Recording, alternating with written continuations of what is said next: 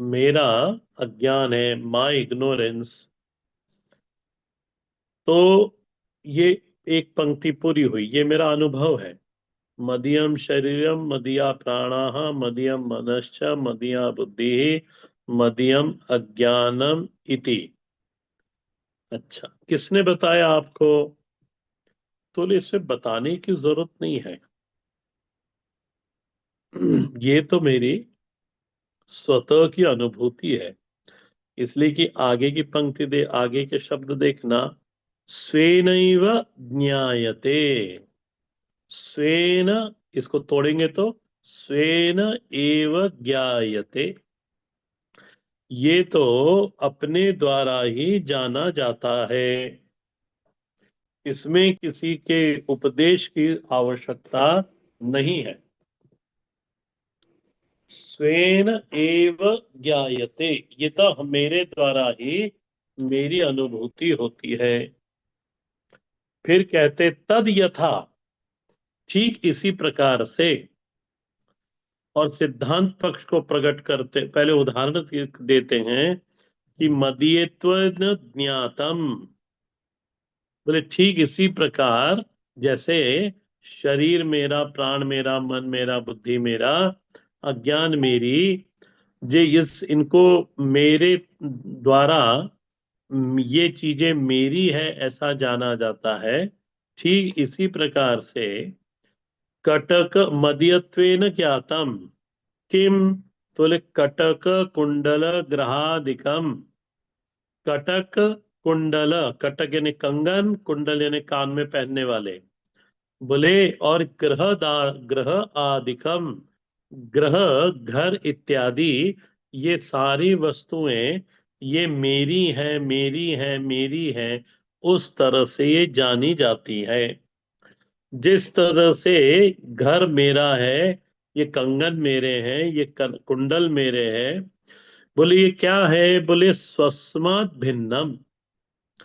पुस्तक में देखना, ये है क्या? तो बोले स्वस्मात् भिन्नम। ये तो सब मेरे से भिन्न है। कंगन मेरे से भिन्न है, कुंडल मेरे से भिन्न है, ग्रह आदि, आदि में बाकी प्रपंच ले लेना, संबंधियों को भी ले लेना इसमें, ये सब वस्तुओं को भी ले लेना। ये सब मेरे हैं, मुझसे भिन्न होकर जाने जाते हैं। सस्मात् भिन्नम। शरीर भी मुझसे भिन्न है, प्राण भी मुझसे भिन्न है, मन भी मुझसे भिन्न है, बुद्धि भी मुझसे मुझसे भिन्न है, मेरा अज्ञान भी मुझसे भिन्न है। तो स्वस्मात् भिन्नम, तथा ठीक इसी प्रकार पंचकोशादिकम स्वात्मात् भिन्नम मदीयत्वेन ज्ञातम। ठीक इसी तरह से हमने जो भी पंचकोश का विवेक करा, ये सारे के सारे पंचकोश ये मदीयत्वेन भिन्नम, ये सब मेरे से भिन्न है। स्वस्मात् भिन्नम मदीयत्वेन, ये मुझसे भिन्न है और ये मेरे हैं, इस तरह से जाना जाता है। मदीयत्वेन ज्ञातम, इसलिए देर फॉर आत्मा न भवती, ये आत्मा नहीं हो सकते। अब इसको समझना, इसमें एक सिद्धांत भी आएगा, उसको उसको ही समझाना है खास। तो अब देखो यहाँ पे ये जो पैराग्राफ लिखा भगवान भाष्यकार ने, ये हमारी अनुभूति है। किसने कराई ये अनुभूति? तो भगवान ने वहां साफ साफ शब्दों में कहा है, स्वेनैव ज्ञायते। ये स्वयं से ही मैं जानता हूं, बिना किसी उपदेश के। यह जो मेरी अनुभूतियां हैं जो मैंने अभी कही, ये उपदेश सिद्ध नहीं है। दूसरा, ये विचार सिद्ध नहीं है। ये कैसी है? ये सहज है, सहज है। ठीक है। तो इस अनुभूति का अभिप्राय क्या?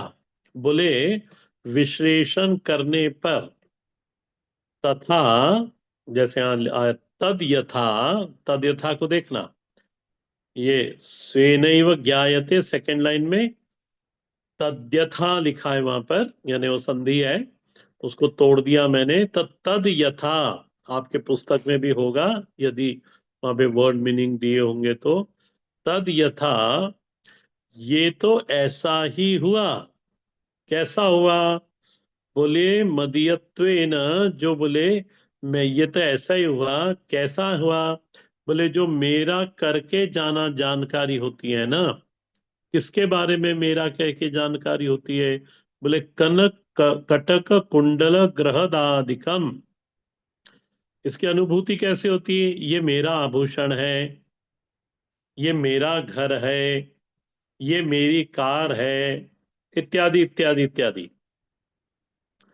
तो ऐसा कहते समय ये निश्चित दिखाई देता है कि मेरा आभूषण मुझसे भिन्न है, मेरा घर मुझसे भिन्न है। स्वस्मात् भिन्नम। क्या कहना चाहते हो? तब ध्यान देना, सिद्धांत पक्ष है, इसको पकड़ के रखना। वो कहते हैं कि जो ममता का आश्रय है वह अहम कभी नहीं हो सकता। इसको लिख लो, सूत्र है ये, और फिर इस सूत्र पे विचार होना चाहिए। जैसे आज ही मैं पढ़ रहा था, तो उसमें एक बढ़िया सूत्र मिला। ध्यान से समझना, यदि समझ में आ जाए तो। जल ही कहने में ये समर्थ है। मैं जो मैंने पढ़ा वो आपके सामने रख रहा हूं, सूत्रात्मक है ये। जल ये कहने में समर्थ है कि मैं समुद्र हूं। जल ये कहने में समर्थ है कि मैं लहर हूं। जल ये कहने में समर्थ है मैं बूंद हूं। बूंद जल की। पर समुद्र ये कहने में समर्थ नहीं है। ध्यान देना, ये विराट का ध्यान है, विराट परमात्मा का ध्यान है। जब दृष्टि हमारी सचिदानंद स्वरूप पे रहे, चेतन आत्मा पर रहे, तब यह चेतन आत्मा ईश्वर भी है, यह चेतन आत्मा विराट भी है, ये चेतन आत्मा जीव भी है। यदि यहां पे कहीं कुछ गड़बड़ी हुई ना, तो फिर ये समझ में आएगा नहीं। चेतन पर दृष्टि होनी चाहिए। तो यह चेतन ईश्वर भी है, यह चेतन विराट भी है, ये चेतन जीव भी है। अब देखो उदाहरण, जल ही समुद्र है, जल ही लहर है, जल ही बूंद है। दृष्टि वहां होनी चाहिए।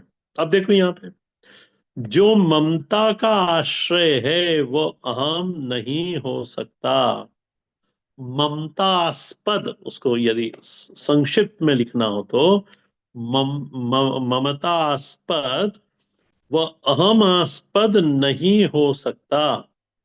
ये सूत्र, मूल सूत्र तो यही है कि ममतास्पद, जो ममता का आस्पद है। मैं उदाहरण से समझाऊंगा इस सूत्र को। ममतास्पद कभी भी, ममतास्पद जो है वह अहम आस्पद नहीं हो सकता। या दूसरे शब्दों में कह लो, अहम आस्पद कभी भी ममतास्पद नहीं हो सकता। माने, इसका अर्थ समझ लो, जिसको आप मम कह के अनुभव करते हो, ये मेरा है, ये मेरा है, ये मेरा है, ये मेरा है, बोले जो मम कह कह कर जिसको अनुभव करते हैं उसको आप अहम नहीं बोल सकते। आया क्लियर? देखो ना, पूरा प्रपंच इकट्ठा कर लो इसमें आप। सब सस्मात भिन्न। इसको गुरुदेव अपनी पुस्तक में लिखते हैं, the thing which is mine cannot be me. ये गुरुदेव कोट करते हैं, the thing which is mine cannot be me. इस पे विचार करना एकांत में बैठ के। सभी तो ममत्व में, सभी में तो ममत्व है, तो फिर वो कुछ भी मैं नहीं हूं। जिसको मैं मेरा कह रहा हूं वो मैं नहीं हो सकता। दूसरे शब्दों में, जिसको मैं मेरा बोल रहा हूं वो कभी भी मैं नहीं हो सकता, अहम नहीं हो सकता। और विश्व का, अब ध्यान देना, विश्व का हर एक व्यक्ति यही गलती करता है। क्या हम लोग शरीर को मेरा भी बोलते हैं कि ये मेरा शरीर है? और यदि किसी ने पूछ लिया फोन करके कि आप कहाँ हो, तो आप बोलोगे आश्रम में है या घर पे है। देखो इसमें आया कविता में। हाँ, हम बोलते हैं ये मेरा शरीर है, सभी बोलते हैं मेरा शरीर में दर्द हो रहा है, मेरा शरीर में ऐसा है।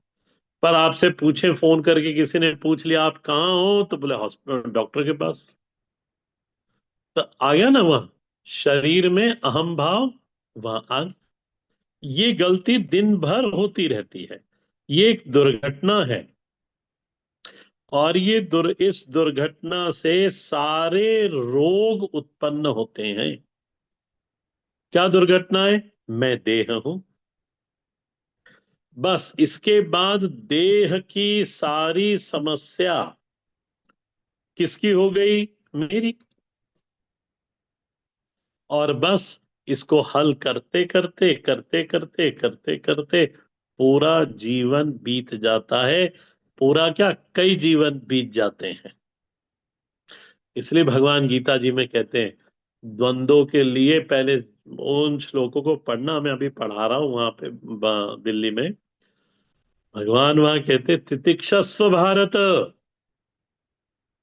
इन द्वंद्वों को, जीवन के द्वंद्वों का तितिक्षा करो। वास्तव में ये है नहीं।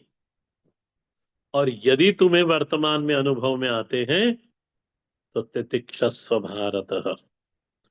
जो तितिक्षा करेगा वही अमृतत्वाय कल्पते, वही अमृतत्व को प्राप्त कर सकेगा। और नहीं तो फिर समस्याओं का हल खोजते खोजते खोजते खोजते कई जीवन बीत जाएंगे, पर कभी किनारे पर हम लगेंगे नहीं। वेदांत दर्शन यहाँ पे कहता है भिन्नम। क्यों भिन्नम? देखना, क्योंकि तुम इसको मम बोलते हो, ये मेरा है। भगवान भाष्यकार लिखते हैं, मदीयत्वेन ज्ञातम, ये मेरा होकर मालूम पड़ता है। अब निष्कर्ष निकाला, निर्णय पर आए। क्या निर्णय निकाला अंतिम लाइन में? आत्मा न भवती। इसलिए पंचकोश जो हैं, ये आत्मा नहीं हो सकती। ये अहम के बारे में मेरी मिथ्या अनुभूति है।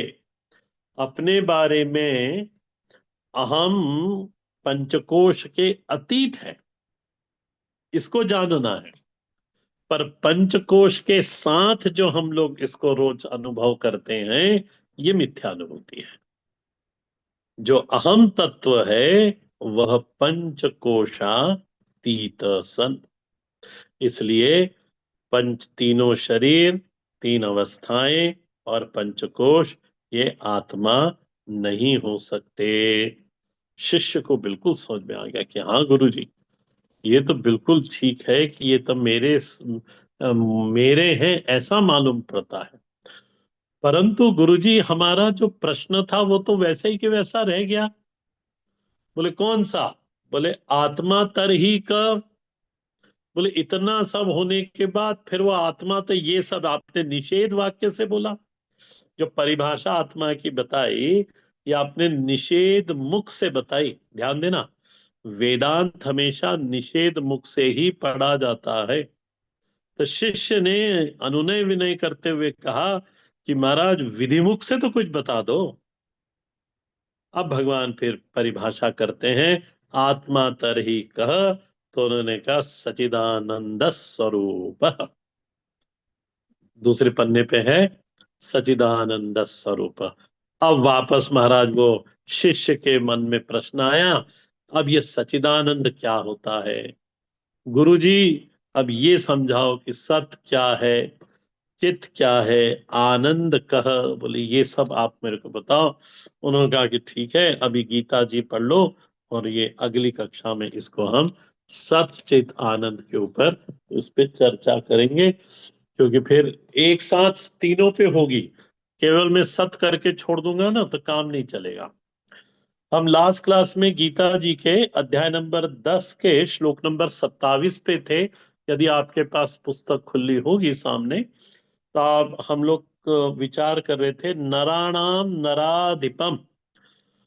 भगवान यहाँ कहना चाहते हैं अर्जुन कि राजा जो है, राजा के अंदर जो प्रतिभा है, राजा के अंदर जो तेज है, राजा के अंदर जो सामर्थ है, उस वह सामर्थ मेरा ही है।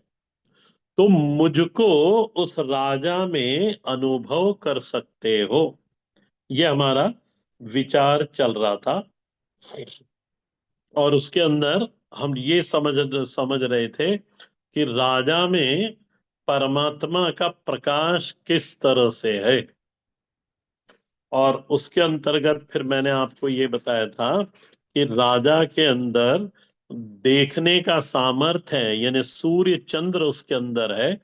वो अपने राज्य और प्रजा को देखता है, नियमन करता है, दंड भी देता है, और उनको उपकार भी उनके ऊपर करता है, परोपकार भी उनके ऊपर करता है।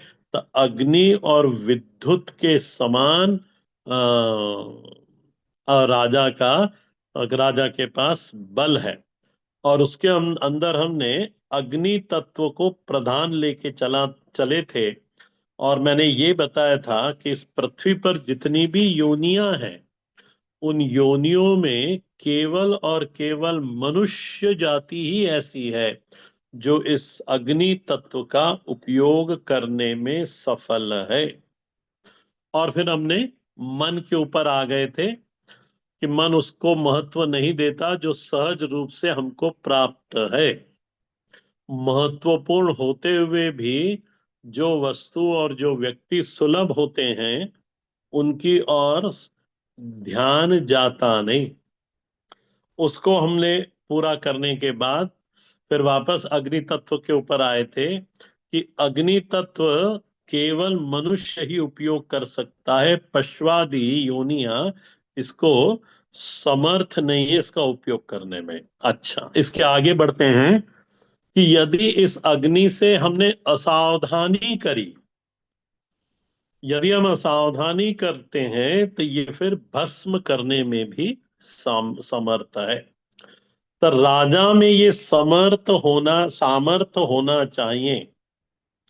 राजा प्राकृतिक संपदा को भोगने में समर्थ बनाता है।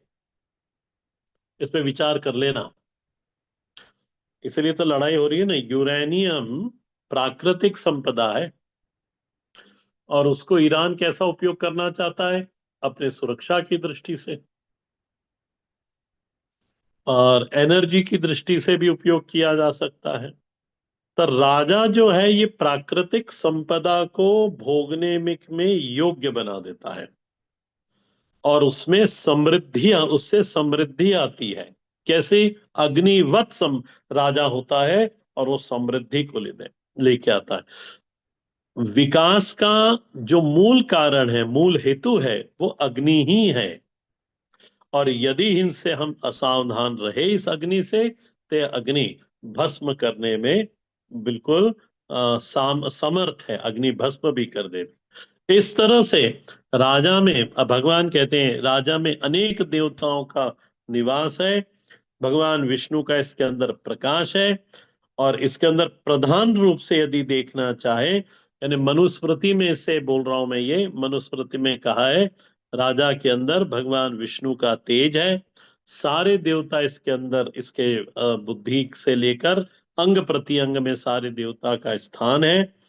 मनुस्मृति में टीका जो लिखी गई, मनुस्मृति कई टीका लिखी गई, उसमें इसमें जो हमने जो पढ़ी टीका, उसमें कहा कि इन सभी देवताओं में जो प्रधान प्रकाश है राजा के अंदर, वो अग्नि का है।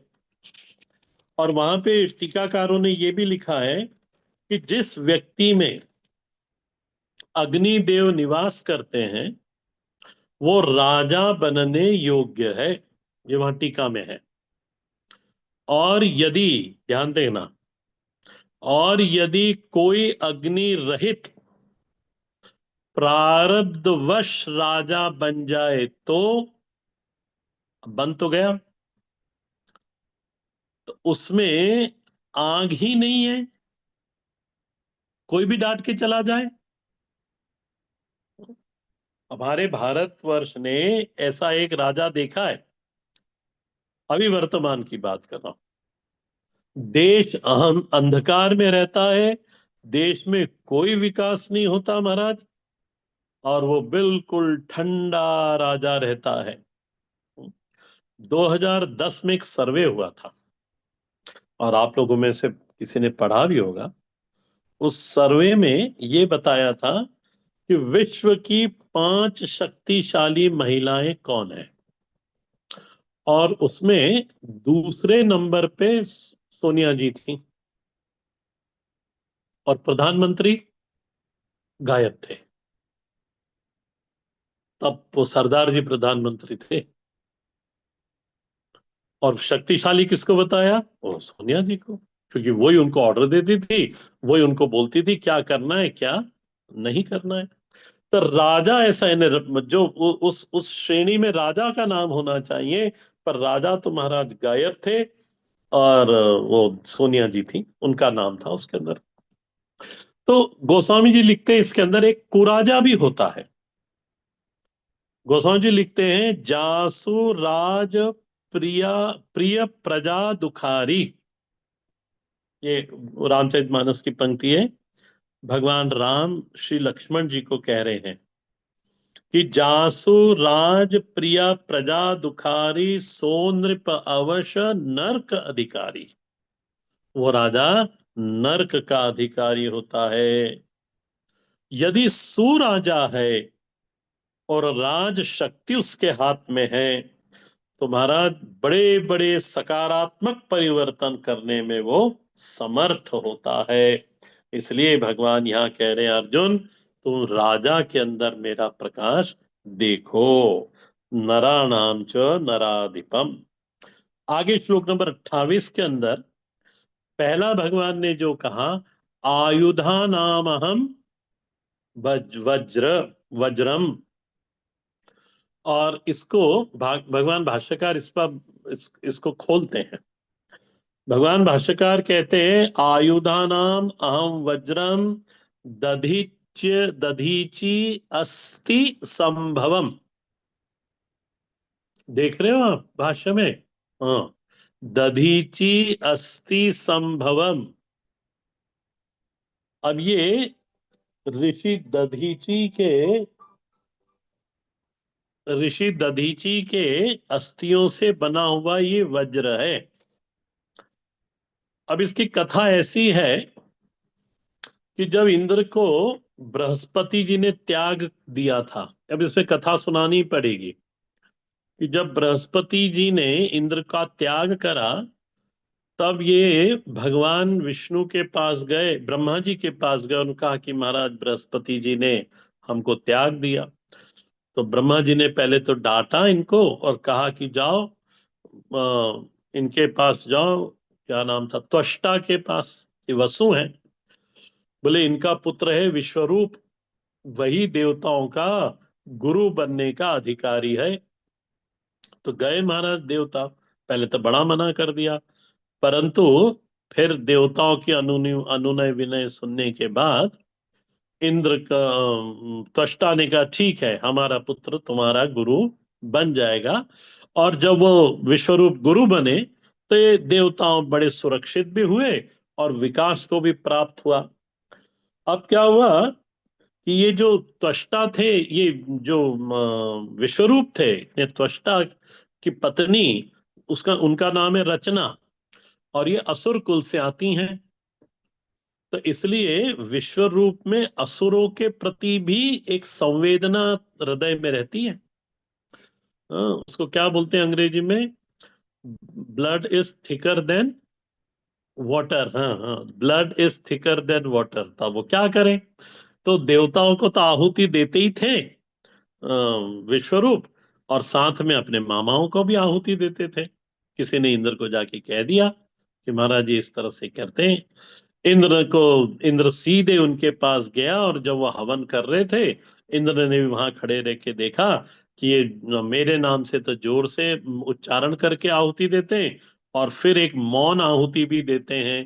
बोले ये इनके मामाओं को देते हैं। उन्होंने उसका सिर छेदन कर दिया विश्वरूप का। अब महाराज त्वष्टा बड़ा क्रोधित हुए कि मेरे से पहले तो अनुनय विनय करके मेरे पुत्र को ले गए, और बोले उसको उसकी हत्या कर दी। अब जो त्वष्टा ने फिर एक यज्ञ करा, और यज्ञ में जो अब वो अग्नि देवता से प्रार्थना करी कि ऐसा पुत्र उत्पन्न हो जो इंद्र का शत्रु हो। तो त्वष्टा के ये वरद पुत्र थे, ध्यान देना। ये जो असुर उत्पन्न होगा, ये त्वष्टा के वरद पुत्र हैं, और ये तो धर्मपुत्र हैं विश्वरूप। इन्होंने यज्ञ करा। अब यज्ञ करा तो यज्ञ में त्वष्टा द्वारा बोला गया, इंद्र शत्रु वर्धेताम, ऐसा बोला। बोलना क्या था? बोलना था इंद्र शत्रु वर्धेताम, ऐसा ये बोले। बोलना ये था उनको कि इंद्र के शत्रु तुम बढ़ो और विजय को प्राप्त हो। और बोला क्या उन्होंने? उन्होंने बोला इंद्र एव शत्रु, इंद्र शत्रु संवर्धताम। बोल ये गए वो। इसका अर्थ क्या हुआ? इंद्र जो शत्रु है वह बढ़े। अब देखना, ये मेरी पंक्ति को समझना। इंद्र जो शत्रु है वह बढ़े। अब इसके अंदर शत्रु इंद्र का विशेषण हो गया। यदि आपको पकड़ में आया होगा, तो शत्रु इंद्र का विशेषण बन गया। जहां पे षष्ठी तत्पुरुष समास का उपयोग करना था, वह क्रोध के चलते समानाधिकरण का उपयोग हो गया, का उच्चारण हो गया। त्वष्टा कहना चाहते थे इंद्र शत्रु उत्पाद्यमान, उत्पन्न हो, उत्पाद्यमान उत्पन्न हो, त्वाम वर्धताम, तुम बढ़ो। उच्चारण के दोष के कारण अर्थ ये निकला इंद्र ही शत्रु है और वह बढ़े। इसलिए उनका संकल्प तो पूरा हुआ, पर अनजाने में उच्चारण दोष के कारण असुर की उत्पत्ति तो हुई, संकल्प पूरा हुआ, परंतु इंद्र उसके हाथ से मारा नहीं गया। On the other hand Indra ने उसे मारा। और वो असुर कौन है? तो वो वृत्तासुर बना, बहुत भयानक असुर बना। अब जब ये और उस असुर ने खूब पिटाई करी इंद्र की, बहुत धुनाई करी। जब धुनाई करी तो ये दौड़े दौड़े गए भगवान के पास। तब भगवान ने कहा कि देखो, ये ऐसे तो मरेगा नहीं। बोले ये त्वष्टा का वरद पुत्र है, अग्नि से उत्पन्न हुआ है, वर से उत्पन्न हुआ है। बोले तुम ऐसा करो, ऋषि दधीची के पास जाओ। और आप लोगों ने, जिन लोगों ने कथा मेरे से सुनी होगी, तो ये पूर्व जन्म का चित्रकेतु है, और भगवान का बड़ा भक्त है। पार्वती अम्बा के श्राप के कारण असुर को प्राप्त हुआ ये। तो भगवान के पास गए ये, और भगवान ने फिर उनको कहा कि ऐसा करो, तुम जाओ ऋषि दधीची के पास। तो गोस्वामी जी, आप रामचरितमानस में देखना, गोस्वामी जी देवताओं के प्रति थोड़े से हमेशा रुष्ट, क्रुद्ध रहते हैं, रुष्ट रहते हैं, और उनकी उन पे व्यंग भी करते हैं। तो गोस्वामी जी वहां पे लिखते हैं, आए देवता सदा के स्वार्थी। अच्छा, गोस्वामी जी देवताओं के प्रति उनका ऐसा भाव क्यों है? क्योंकि इन्हीं देवताओं ने भगवान श्री राम को वनवास दिया। ये गए सरस्वती जी के पास, रोए महाराज, माता जी नीचे आई हमारी, और फिर वो मंथरा ही थी एक जिसका सिर खराब करना था। तो सिर खराब तो गोस्वामी जी को मालूम है।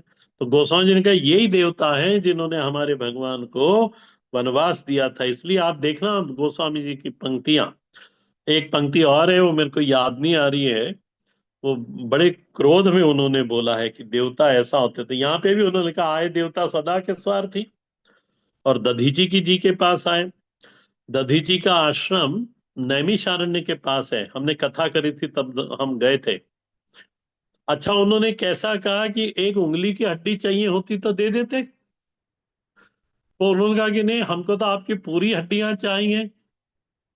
तो दधीची ऋषि ने कहा कि देखो देवताओं, देह तो सबको प्यारा होता है, और देह छोड़ने का दर्द आप जानते हो कितना दर्द होता है? तो देवता लोग हाथ जोड़ के बोलते महाराज हमारे दर्द को आप देखो, हाँ? उससे बड़ा तो दर्द आपका नहीं होगा जितना बड़ा दर्द हमारा है। हम रोज पिटाई होती है हमारी वृत्तासुर के द्वारा। जब इस तरह से गौतमी उनकी पत्नी थी दधीची ऋषि की, उनसे पूछा गया तो उन्होंने कहा कि आप देवताओं के कल्याण के लिए शरीर का त्याग करें, मैं सती होंगी। और इन्होंने भगवान शंकर का ध्यान करा, ब्रह्मरंध्र में प्राण लेके आए, और दधीची ने प्राण छोड़े। और ये देवता लोग महाराज उनकी सारी अस्थियों को लेकर कहाँ गए? तो विश्वकर्मा के पास गए, और विश्वकर्मा ने फिर वज्र बनाया, और उस वज्र से भगवान इंद्र ने वृत्तासुर का वध करा। देखो, आयुधा नाम अहम वज्रम। अच्छा, मेरे को ऐसा लगा था, आपके लिए भी एक होमवर्क जैसा दे दे रहा हूं। मेरे को ऐसा लगा था कि भगवान कहेंगे आयुधा नाम अहम चक्रम, सुदर्शन चक्र। पर आप ध्यान देना, भगवान ने ऐसा कहीं कुछ भी नहीं कहा। इसका क्या रहस्य है, ये मैं आपको नेक्स्ट क्लास में बताऊंगा, क्योंकि मेरे को आज एक पढ़ाने जाना है। मैंने कल की क्लास नहीं ली थी, मैंने 19 एक तो मेरे को आज लेनी है। तो यहाँ पे ये इतना आप पढ़ के रखिएगा। मैं इसको बताऊंगा कि भगवान ने चक्र को, सुदर्शन चक्र को आयुधा नाम अहम चक्रम ऐसा क्यों नहीं कहा। हर हर महादेव। किसी को कोई प्रश्न तो नहीं पूछ